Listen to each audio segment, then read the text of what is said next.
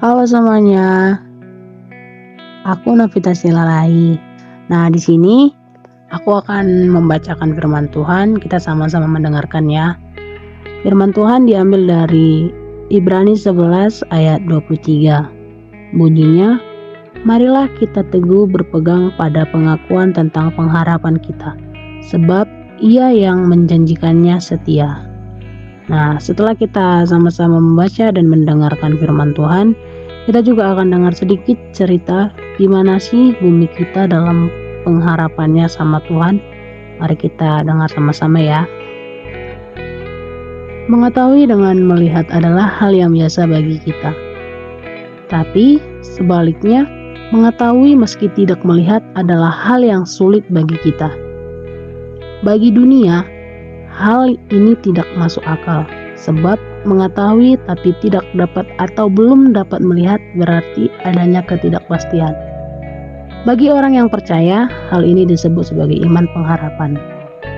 Nah, pengharapan menjadi sesuatu yang sangat berharga ketika kita belum melihat dan ketika kita tidak tahu kapan akan kita saksikan.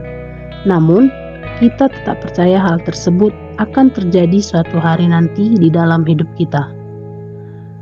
Di dalam kekristenan kita, diajarkan untuk tetap berpengharapan akan yang baik yang akan kita terima dari Bapa yang menjanjikannya. Meskipun banyak tantangan yang kita hadapi untuk memenangkan pengharapan tersebut. Kita tidak perlu khawatir sebab di dalam Tuhan tidak ada yang tidak pasti. Kita juga memiliki dasar yang kuat, yang telah diuji dan bahkan sudah jelas kenyataannya kepada kita. Di mana saat Kristus mati di kayu salib, bangkit dan naik ke surga. Pada hari ini, kita juga diingatkan untuk senantiasa menghidupi ciri-ciri orang Kristen yang benar, yaitu senantiasa berperilaku positif dan berpegang pada janji Tuhan. Meskipun kita belum kunjung melihat tanda-tanda akan pekerjaannya di dalam hidup kita harus ketahui bahwa Tuhan tidak pernah terlalu cepat dan tidak pernah terlambat.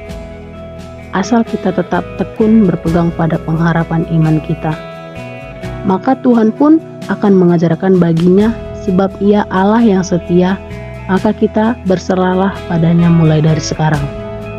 Nah, dari nats dan cerita tadi, kita diajak Tuhan untuk selalu percaya akan kebenaran dan kuasa dan cinta Tuhan untuk kita.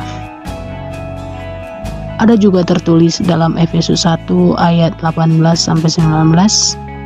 Di ayat ini kita sebagai umat Kristen kembali diajak dan diingatkan kalau kuasa Tuhan itu benar-benar nyata dan besar.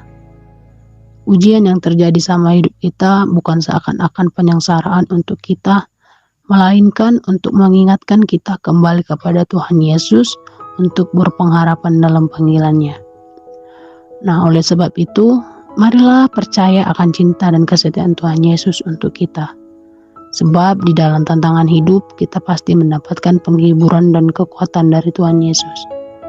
Kita juga harus yakin bahwa semua yang terjadi dalam hidup kita ini bukanlah masalah, melainkan sebuah proses yang diminta Tuhan kita selesaikan. Dan bagaimana cara kita menyelesaikannya, dan Tuhan mau lihat gimana kecintaan kita sama Tuhan Yesus melalui proses-proses yang terjadi dalam hidup kita. Demikianlah firman Tuhan pada hari ini. Semoga kita semakin tetap berpengharapan pada Tuhan Yesus, dan semoga kita semakin cinta akan Tuhan Yesus, akan kehadiran Tuhan Yesus yang benar-benar nyata dalam hidup kita. Sekian dan terima kasih. Shalom.